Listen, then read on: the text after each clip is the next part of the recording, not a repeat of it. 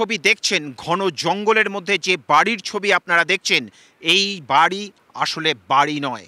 এটি পাক অধিকৃত কাশ্মীর ভূখণ্ডে পাকিস্তান সেনার একটি বাংকার। এই বাংকার থেকেই প্রতি মুহূর্তে ভারতের দিকে নজর রাখছে পাক সেনা।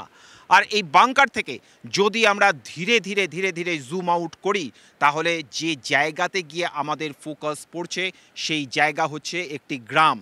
এই গ্রাম হচ্ছে পাক অধিকৃত কাশ্মীরের অভ্যন্তরের একটি গ্রাম।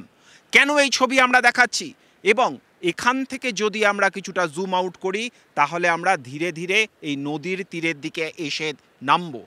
কেন ধাপে ধাপে এই ছবি আমরা দেখাচ্ছি তা আমরা ধীরে ধীরে ব্যাখ্যা করব। এই মুহূর্তে যে জায়গা আপনারা দেখছেন তা কার্যত নালার মতো একটি জায়গা।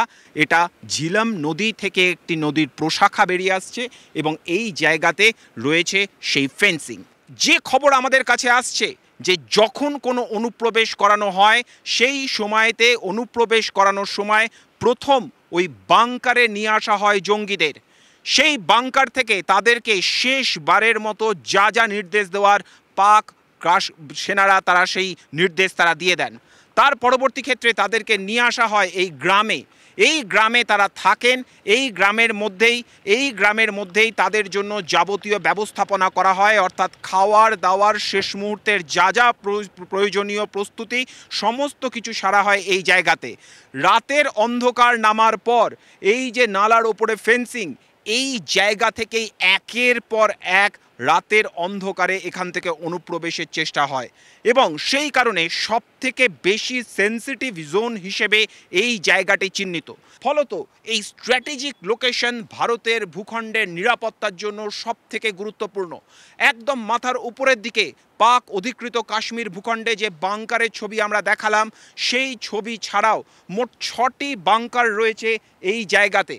যেখানে আমরা দাঁড়িয়ে রয়েছি এই জায়গার উপরে, অর্থাৎ আমার ক্যামেরা পার্সনের উপরে প্রতি মুহূর্তে নজর রাখছে পাক সেনা। কারণ তাদের যে দৃষ্টি, তাদের যে দূরবীনের দৃষ্টি, তাতে আমরা স্পষ্ট দেখা যাচ্ছি।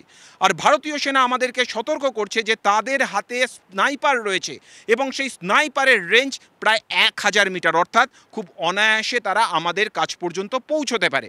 এবং যে জায়গায় আমরা দাঁড়িয়ে রয়েছি অপেক্ষাকৃত নিচু জায়গা, উপরের অংশ অর্থাৎ পাহাড়ের উপরের দিকে অংশে রয়েছে পাক সেনা, বা তাদের পাশাপাশি রয়েছে পাক জঙ্গিরা। ফলত এই জায়গাতে প্রতি মুহূর্তে ভারতীয় সেনাকে বেশ কিছুটা চ্যালেঞ্জের মুখোমুখি হতেই হয়, এবং সেই কারণের জন্য এই জায়গাতে সেনাবাহিনীর কোনো তৎপরতা থাকে না।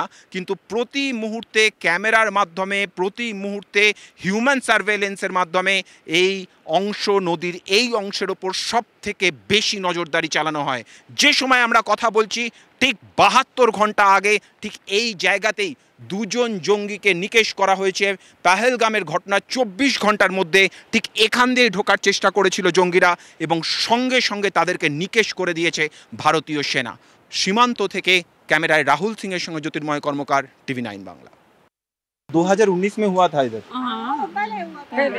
पहले अच्छा, उस तरफ से गोली चलाता है क्या वो लोग?